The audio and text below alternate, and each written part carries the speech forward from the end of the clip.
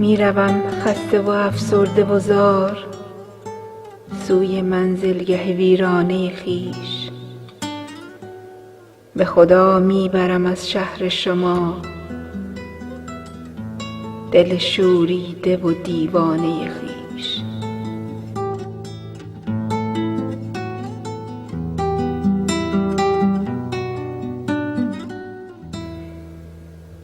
میبرم تا که در آن نقطه دور شست و شویش دهم از رنگ گناه،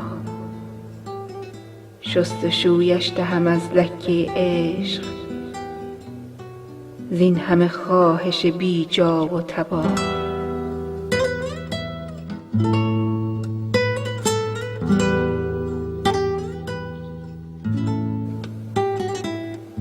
میبرم تا ز تو دورش سازم، ز تو ای جلوه امید محال.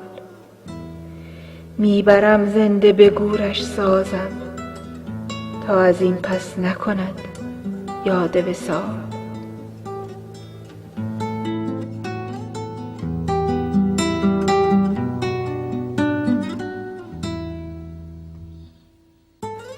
ناله می لرزد می رقصد اشک، آه بگذار که بگریزم من از تو ای چشمه جوشان گناه. شاید آن به که بپرهیزم من.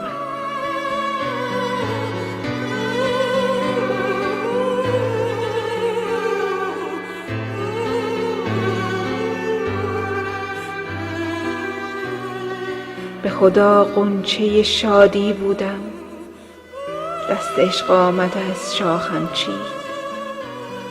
شعله آه شدم صد افسوس که لبم باز بر آن لب نرسید.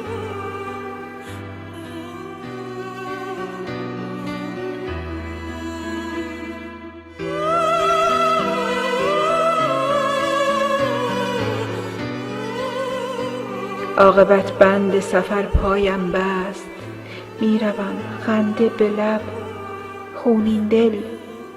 میروم از دل من دست بدار ای امید عبث بی حاصل.